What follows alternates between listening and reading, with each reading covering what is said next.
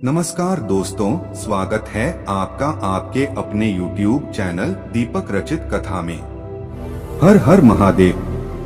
देखिए, ये वीडियो बहुत ही खास होने वाला है क्योंकि इस वीडियो में हम लोग नवरात्रि की पंचमी तिथि में किए जाने वाले दो सबसे खास उपायों के बारे में जानकारी हासिल करेंगे। पहला उपाय उन लोगों को करना है जिनकी कोई भी विशेष मनोकामना है जो बहुत दिनों से परिपूर्ण नहीं हो पा रही है। देखिए, आपकी नौकरी से संबंधित कोई मनोकामना है, धन प्राप्ति से संबंधित कोई मनोकामना है, विवाह के लिए कोई मनोकामना है, या फिर आप अपने बिजनेस के लिए कोई मनोकामना रखते हैं जो परिपूर्ण नहीं हो पा रही है, तो पूज्य गुरुजी ने कहा कि आपकी किसी भी प्रकार की मनोकामना को परिपूर्ण करने के लिए नवरात्रि की पंचमी तिथि सबसे उत्तम साबित होने वाली है। तो चलिए जानते हैं उन्हें विशेष उपायों के बारे में। लेकिन उससे पहले अगर आप भोलेनाथ जी को सच्चे दिल से मानते हो तो इस वीडियो को लाइक करें और चैनल को सब्सक्राइब करके कमेंट में हर हर महादेव जरूर लिखें। चलिए जानते हैं गुरुजी द्वारा बताए गए पहले खास उपाय के बारे में। देखिए, यह पंचमी की तिथि गुरुवार के दिन पड़ रही है, इसलिए आपको सबसे पहले थोड़ा सा शहद ले लेना है। शहद आप 1 चम्मच या आधा चम्मच थोड़ा सा ले लेंगे। फिर इसी के साथ आपको ले लेना है 1 लोटा जल। जल आप सिर्फ तांबे के पात्र में ही लेंगे। फिर सबसे आखिर में आपको ले लेना है 1 बेलपत्र। बेलपत्र आपके पास अगर नहीं है तो आप शिवलिंग के ऊपर चढ़ी हुई बेलपत्र को उठाकर जल से शुद्ध करके फिर उसका इस्तेमाल भी कर सकते हैं। बस आपको ध्यान रखना है कि बेलपत्र कटी फटी नहीं होनी चाहिए और बेलपत्र की डंडी के आखिर में जो दूत होती है, यानी जो डंठल होता है, वह भी नहीं होना चाहिए। अब ये 3 सामग्री लेकर आपको पहुंच जाना है शिवालय। पूज्य गुरुजी के अनुसार इस उपाय को आप प्रदोष काल में भी कर सकते हैं और सुबह भी कर सकते हैं। जब भी आपके पास टाइम हो तब आप शिवालय जाकर सुंदर से उपाय को कर सकते हैं। देखिए, शिवालय पहुंचकर सबसे पहले आपको एक काम करना है। आप जो शहद लेकर आए हैं उस शहद को आप अपने दाहिने हाथ की अनामिका उंगली में, राइट हैंड की आपकी जो अनामिका उंगली होती है, उसमें लगा लीजिए। और फिर इससे आपको शिवलिंग के बीच में जो माता अशोक सुंदरी वाला स्थान होता है, जलाधारी के बीच में जो मोटी उठी हुई लाइन होती है, कहीं कहीं शिवलिंग में सांप की आकृति बनी होती है, कहीं कहीं पर मोटी उठी हुई लाइन होती है, तो इस स्थान को ही माता अशोक सुंदरी का स्थान कहते हैं और यहीं पर आपको ओम लिख देना है। आपको अपनी अनामिका उंगली से ओम बना देना है और साथ ही साथ श्री शिवाय नमस्तुभ्यम मंत्र का स्मरण कर लेना है। फिर आपके पास जो 1 बेलपत्र है, उस बेलपत्र को आप अपने दाहिने हाथ की हथेली में रख लीजिए, यानी राइट हैंड की हथेली में रख लीजिए और महादेव से प्रार्थना कर लीजिए कि आपको धन प्राप्ति से संबंधित या फिर व्यापार से संबंधित या फिर नौकरी से संबंधित या फिर विवाह से संबंधित किसी भी प्रकार की आपकी मनोकामना है, तो उस मनोकामना को परिपूर्ण करने के लिए आप महादेव से प्रार्थना कर लीजिए और फिर ये 1 बेलपत्र आपको इसी ओम के ऊपर समर्पित कर दीजिए। बस आपको ध्यान रखना है कि बेलपत्र की चिकनी साइड का हिस्सा माता अशोक सुंदरी वाले स्थान पर टच करेगा और बेलपत्र की डंडी का हिस्सा जलाधारी की तरफ रहेगा। फिर इसके बाद आपके पास जो 1 लोटा जल है, उस जल को आप सबसे पहले इसी बेलपत्र के ऊपर थोड़ा सा समर्पित कर देंगे और ओम नमः शिवाय मंत्र का स्मरण लेंगे। फिर बाकी बचा हुआ पूरा जल आप शिवलिंग के ऊपर धीरे धीरे समर्पित करते जाएंगे और लगातार ओम नमः शिवाय या फिर श्री शिवाय नमस्तुभ्यम, इन दोनों में से किसी भी एक मंत्र का जाप कर लेंगे। पूज्य गुरुजी ने कहा कि जल आपको बिल्कुल धीरे धीरे समर्पित करना है और जल समर्पित करते हुए आप मंत्र का कम से कम 11 बार जाप जरूर कर लेंगे। फिर इसके बाद वहीं शिवलिंग के सामने बैठकर आपको महादेव के सबसे प्रिय मंत्र श्री शिवाय नमस्तुभ्यम या फिर ओम नमः शिवाय का थोड़ी देर स्मरण करना है, थोड़ी देर जाप करना है। फिर उसके बाद वापस अपने घर आ जाएंगे। पूज्य गुरुजी ने कहा कि नवरात्रि की पंचमी तिथि में अगर माता अशोक सुंदरी वाले स्थान पर हम लोग ओम बनाकर महादेव से इस प्रकार से अपनी प्रार्थना परिपूर्ण करने के लिए निवेदन करते हैं, तो महादेव हमारी प्रार्थना को जरूर स्वीकार करते हैं और उसे बहुत जल्द परिपूर्ण कर देते हैं। इसलिए आपको अपनी मनोकामना परिपूर्ण करने के लिए यह विशेष उपाय जरूर करना चाहिए। अब इसके बाद बात करते हैं गुरुजी द्वारा बताए गए दूसरे खास उपाय के बारे में, जो आपको अपने रोग मुक्ति के लिए, बीमारी को दूर करने के लिए जरूर करना चाहिए।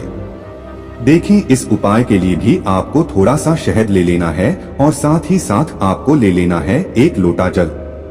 जल तांबे के पात्र में ही लीजिएगा। देखिए, ये सिर्फ 2 सामग्री लेकर आपको पहुंच जाना है शिवालय। शिवालय पहुंचने के बाद आपको फिर से शिवलिंग में उसी स्थान पर ओम बना देना है। आपको अपने राइट हैंड यानी दाहिने हाथ की अनामिका उंगली से माता अशोक सुंदरी वाले स्थान में ओम बना देना है और श्री शिवाय नमस्तुभ्यम या फिर ओम नमः शिवाय मंत्र का स्मरण कर लेना है।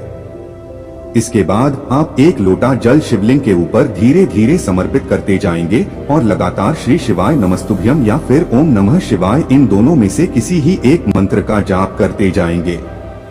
अब जलाधारी से जो जल नीचे गिर रहा है, उस जल को आप किसी पात्र में एकत्र कर लेंगे। जल समर्पित करेंगे, वह माता अशोक सुंदरी वाले स्थान पर टच करता हुआ नीचे आएगा और इसी जल को हम लोग थोड़ा सा एकत्र कर लेंगे। फिर ये जल आपको कुंदकेश्वर महादेव से औषधि स्वरूप प्राप्त कर लेना है। यानी आप यह जल उठाइए और कुंदकेश्वर महादेव के सामने प्रार्थना कर लीजिए कि है कुंदकेश्वर महादेव, इस जल को औषधि स्वरूप बना दीजिए। ऐसी प्रार्थना करते हुए फिर आप वापस अपने घर आ जाइए। अब इस जल का उस बीमार व्यक्ति को आपको आचमन कराना है। अगर आप स्वयं के लिए ये उपाय कर रहे हैं तो स्वयं इस जल को थोड़ा सा पी लीजिए, यानी इस जल का आचमन कर लीजिए। और अगर आप अपने घर के किसी सदस्य के लिए ये उपाय कर रहे हैं तो आप अपने उस घर के सदस्य को ही जल का आचमन करा दीजिए और कुंदकेश्वर महादेव का स्मरण कर लीजिए। पूज्य गुरुजी ने कहा कि ये उपाय आपको इस पंचमी तिथि में करना है और अगर आपके शरीर में या फिर आपके घर के किसी सदस्य के शरीर में बीमारी है तो आप कुंदकेश्वर महादेव से प्रार्थना करते हुए इस जल का आचमन कर लीजिए। गुरुजी ने कहा कि हम यकीन दिलाते हैं कि आपकी उस बीमारी में आपको धीरे धीरे आराम मिलना शुरू हो जाएगा। अब बात करते हैं पूज्य गुरुजी द्वारा बताए गए सबसे खास और सबसे आखिरी उपाय के बारे में। इस उपाय के लिए आपको सिर्फ 2 इलायची ले लेनी है। देखें, इलायची धन प्राप्ति के लिए यानी धन को आकर्षित करने के लिए सबसे उत्तम होता है, क्योंकि गुरुवार के दिन जब भी पंचमी की तिथि पड़े या फिर शुक्रवार के दिन हम लोग कोई भी इलायची का उपाय करते हैं तो इससे माता लक्ष्मी हमसे बहुत प्रसन्न होती हैं। ये 2 इलायची आपको ले लेनी है। फिर इसी के साथ आपको 1 दीपक ले लेना है। दीपक मिट्टी का भी ले सकते हैं या फिर आप अपने घर पर शुद्ध आटा मानकर उसका भी दीपक तैयार कर सकते हैं। इस दीपक में आपको घी का इस्तेमाल करना है और साथ ही साथ इसमें लंबी रुई की बत्ती का प्रयोग करिएगा या फिर आप मौली के धागे का इस्तेमाल करिएगा।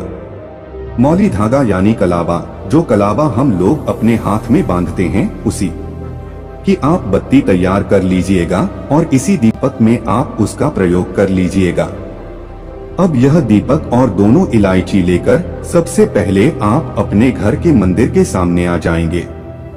ये उपाय आप शाम को भी कर सकते और सुबह भी कर सकते हैं, लेकिन आपके घर के मंदिर में जो माता रानी की फोटो है, चाहे लक्ष्मी माता की हो या फिर पार्वती माता की हो या फिर दुर्गा माता की हो या फिर माता रानी के किसी भी स्वरूप की फोटो हो या प्रतिमा हो, तो उनके सामने आप थोड़े से चावल रख दीजिएगा और उस चावल के ऊपर आप यह दीपक रख दीजिएगा। दीपक रखने के बाद इस दीपक को आप प्रज्वलित कर लीजिएगा और माता रानी के सबसे प्रिय मंत्र ऐहरी क्ली चामुंडाय विच्चे, इस मंत्र का आप कम से कम 11 बार, 51 बार या 108 बार, जितना भी आपके पास टाइम उतनी बार जाप कर लीजिएगा। फिर आप जो 1 इलायची फिर आप जो 2 इलायची लेकर गए हैं उनमें से 1 हरी इलायची आप इसी दीपक में डाल दीजिए।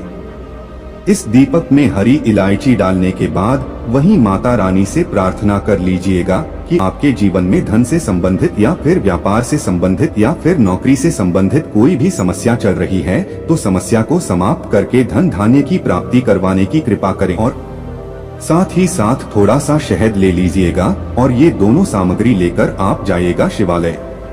ध्यान रखिएगा, आप जब माता रानी के सामने इस उपाय को करेंगे तो आप अपने घर के मुख्य द्वार को यानी मेन गेट को खोल कर रखेंगे, जिससे आपके घर की नकारात्मक ऊर्जा बाहर हो जाए और सकारात्मक ऊर्जा आपके घर में प्रवेश करे। अब 2 सामग्री लेकर आप शिवालय पहुंच जाएंगे। शिवालय पहुंचने के बाद आप जो यह हरी इलायची लेकर आए हैं, इस हरी इलायची में चारों तरफ से शहद लगा लीजिए। यानी जो शहद आपने लिया है उस शहद में इस हरी इलायची को डुबो दीजिए, तो इसमें चारों तरफ से शहद लग जाएगा।